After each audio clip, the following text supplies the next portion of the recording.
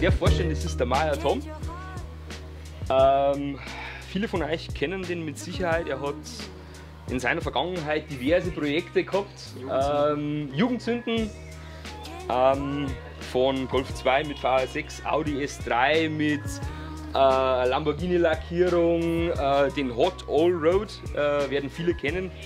Also ein mattschwarzes Ding mit riesigen roten Felgen. Ja. Das war so ein Love it or hate it Genau. Geschichte. Dann ist beim Tom ein bisschen ruhiger geworden. Er ist dann, ich sag mal so, glaube 2010 wahrscheinlich war das, oder? 2011 bin ich nach Brasilien gegangen. Genau, ist der Tom nach Brasilien gegangen mit der Firma.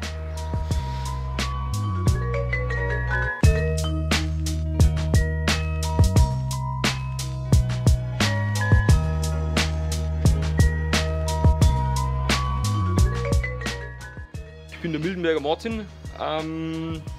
Wir haben schon seit Ewigkeiten Freund, seit 2000, keine Ahnung was. Auch natürlich über die Autos kennengelernt. Ja, das war der Mildenberger Charme auf der Tankstelle. Genau der. Ein kehrendes Auto. Hallo erstmal. Genau, so ungefähr war das. Wir sind beide eigentlich hardcore autosüchtig, muss man ganz ehrlich sagen. Und wir haben irgendwie diese Abzweigung. Ich sage immer, es gibt dieses, mit Mitte 20 gibt es diese Abzweigung. Ja, genau. Ne? Entweder man kommt weg vor dem Scheiß oder der Scheiß bleibt einem dann wahrscheinlich den genau so ist es. Look around you, like the sunshine, change your heart, I need your loving. Look around. Ja, wie gesagt, angefangen hat die ganze Scheiße mit dem Aufbauen von diesem SP2 mit dem Pimpen, war diese Motivation mit der XSK Night am Wörthersee. Ne? Genau. Und dann genau. habe ich einen aus Brasilien, den Mildenberger, angerufen und habe gesagt, wollen wir alten Säcke noch mal gescheit durchdrehen. Ne? Ja, und es war eigentlich so, ich war nicht wirklich großartig begeistert von der Idee, sag mal gell? Also alter Sack, kurz vor dem 40 nochmal auf ein Tuning-Treffen mit den ganzen kleinen Kindern, die wo, ja, Felgen, Fahrwerk, Folie, recht viel mehr ist da nicht gebacken. Ja, und dann haben wir uns überlegt, welches Auto präsentieren wir da. Also im Endeffekt, der SP2 war im Vorlauf, der war im Container aus Brasilien schon unterwegs zu uns. Und es war irgendwie, wir haben irgendwas kurzfristig, aber Brutales machen müssen. Und ich habe gesagt, Tom, wir machen den SP2.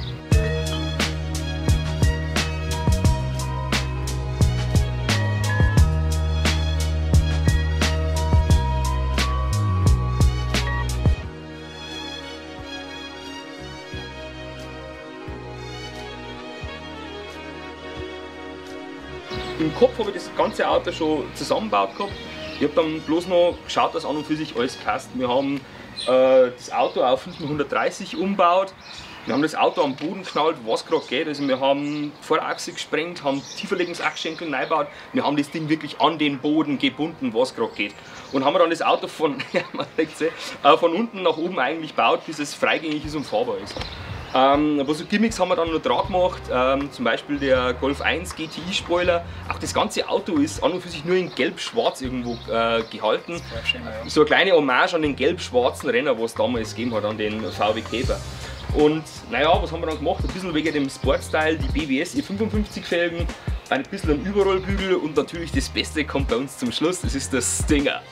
Also, ja, Love it or hate it. Ja, genau. Also jeder normale Dragster-Käferfahrer kennt einen Stinger und die haben ungefähr, naja, so eine Pfeife dran, maximal hinten so 10 cm sowas. Wir haben gesagt, wenn, dann klotzen wir richtig. Unser Stinger ist 1,5 Meter. Das lassen wir einfach mal so im Wort stehen. Hat hinten einen Durchmesser von 17 cm.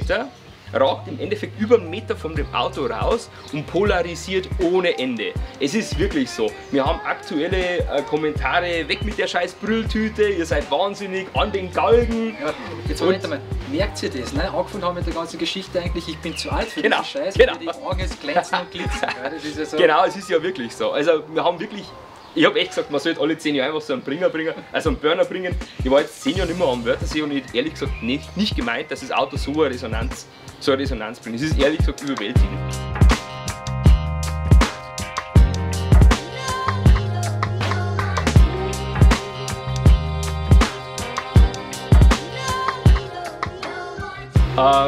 So muss man auch sagen, das Auto ist an und für sich sehr original belassen. Wir haben an und für sich an der Karosserie nichts gemacht. Also das Auto ist 1:1 auf original rückrüstbar. Das ist nicht irgendwo was niedergeflext oder rein vergewaltigt, überhaupt nicht.